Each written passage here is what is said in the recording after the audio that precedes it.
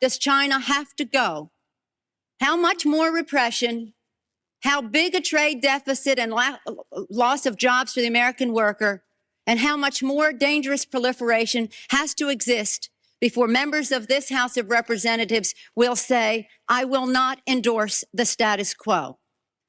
As I mentioned, it's about jobs, proliferation, and human rights. And there are those who say we shouldn't link human rights and trade and proliferation and trade. I disagree.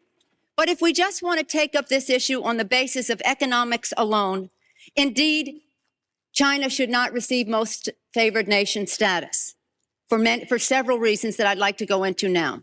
I'd like to call the attention of our colleagues to this chart on the status quo that the business community is asking each and every one of us to endorse today. Right now, we have a $34 billion trade deficit with China, the 1995 figure. It will be over $40 billion for 1996. Since the Tiananmen Square massacre, this figure has increased 1,000%, from $3.5 billion then to about $34 billion now. In terms of tariffs, I think it's interesting to note that the average U.S. MFN tariff on Chinese goods coming into the United States is 2%, whereas the average Chinese MFN tariff on U.S. goods going into China is 35%. Is that reciprocal? On exports, China only allows certain industries into China, of U.S. Industries into China, and therefore only 2% of U.S. exports are allowed into China.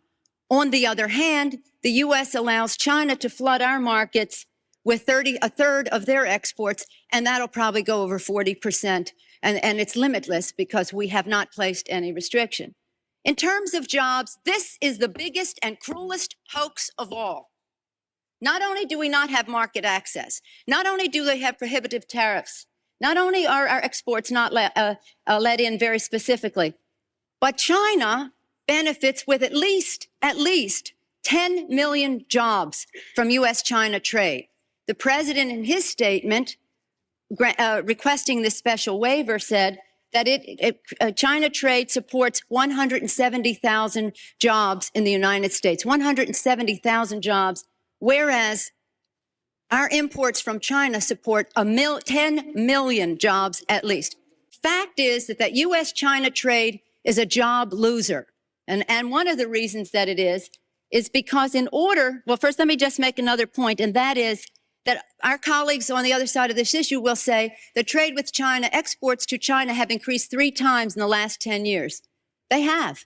But they fail to mention that imports from China have increased 11 times, thereby leading to this huge trade deficit. The other issue, in addition, if intellectual